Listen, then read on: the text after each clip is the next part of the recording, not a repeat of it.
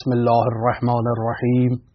فقہ میں کہا جاتا ہے کہ بچہ جب نومولود ہوتا ہے تو اس کے والدین کو یہ چاہیے کہ وہ 40 دن تک ایک دوسرے کے قریب نہ جائیں۔ کیوں؟ چونکہ اس مولود کا احترام کرنا ہے، یہ کوئی معمولی بچہ نہیں ہے، اس کی روح بہت عظیم ہے اور ان حالات کو باقاعدہ درک کرتی ہے، لیکن ہم اس کا ادراک نہیں رکھتے ہیں۔ لہٰذا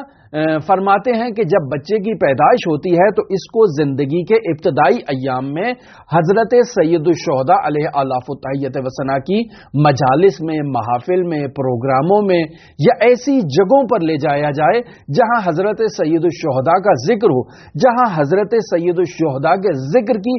مہک پائی جائے۔ لہذا اس بچے کو وہاں پر رکھا جائے تاکہ یہ باقاعدہ اس مقدس مکان سے، اس مقدس مکان کے تقدس سے انس اختیار کرے، حضرت سید الشہداء سے مانوس ہو جائے، ماتمی ہو، عزادار ہو۔ پھر مرحوم سید ہاشم حداد موسوی کہتے ہیں کہ بچے کی روح ایک مغناطیس کی طرح ہے، جیسے مغناطیس چیزوں کو اپنی طرف کھینچتا ہے اور جذب کرتا ہے، اسی طرح بچے کی روح جو ہے وہ اپنے اطراف کے ماحول سے اثر کو اپنے اندر جذب کرتی ہے۔ لہٰذا اگر اس کے اطراف کا ماحول حضرت سید الشہداء کی مجالس اعزا سے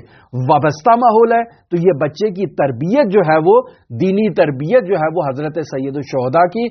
ذکر کے سائے میں ہوگی، اور یہ بچہ اس ذکر سے مانوس ہو جائے گا اور بڑا ہو کر حضرت سید الشہداء کا عزادار اور حضرت سید الشہداء سے انس رکھے گا۔ لیکن اگر اس بچے کو لہو و لعب کی محفلوں کی عادت ڈالی جائے تو یہ بچہ اسی بچپن میں اس گناہ سے آلودہ ہو جائے گا، لہٰذا پھر یہ دین کی طرف نہیں آئے گا اور دینی مسائل میں اس کی کوئی دلچسپی نہیں ہوگی، لاابالی قسم کا ہوگا۔ لہٰذا یہ جو ہمارے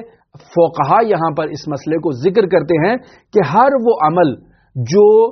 مکلفین کے لیے حرام ہے وہ عمل غیر مکلف بچوں کے لیے کیا ہے؟ مکروہ ہے، اور ہر وہ عمل جو مکلف انسان کے لیے عبادت شمار ہوتا ہے وہ اس بچے کے لیے مستحب ہے۔ لہٰذا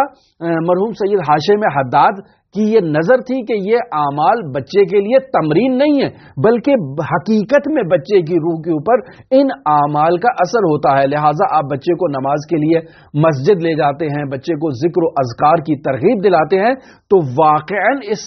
چیز کا جو ہے نا وہ بچے کی روح کے اوپر اثر ہوتا ہے۔ لہٰذا فقہی اعمال میں ہم یہ دیکھتے ہیں کہ حج یا عمرے کی اعمال میں اس بات کو بیان کیا جاتا ہے کہ بچہ اگر ایک دن ہی کا کیوں نہ ہو، باپ کے لیے یہ مستحب ہے کہ وہ اس بچے کو احرام پہنائے، اس کی جانب سے تلبیہ کہے، اس کی جانب سے طواف کرے، اس کی جانب سے نماز جو ہے نا وہ نماز طواف کو ادا کرے، اور یہ تمام کام اس بچے کی جانب سے کرے تاکہ یہ بچے کی روح جو ہے وہ نہایت ہی لطیف ہے، نہایت ہی مستعد ہے، اور یہ استعداد رکھتی ہے کہ وہ ان اعمال کی جو روحانی کیفیت ہے اس کو اپنے اندر جذب کر لے اور کعبۃ اللہ کی جو معنویت ہے اس سے فیض حاصل کرے اور ارتقائی مراحل کو طے کرے۔ لہٰذا یہ صرف تمرین کا جنبہ نہیں رکھتے بلکہ ان کے اندر ایک اسرار پائے جاتے ہیں کہ جو ہر کوئی درک کرنے کی صلاحیت نہیں رکھتا ہے۔ اللہم صلی علی محمد و آل محمد وعجل فرج قائم آل محمد۔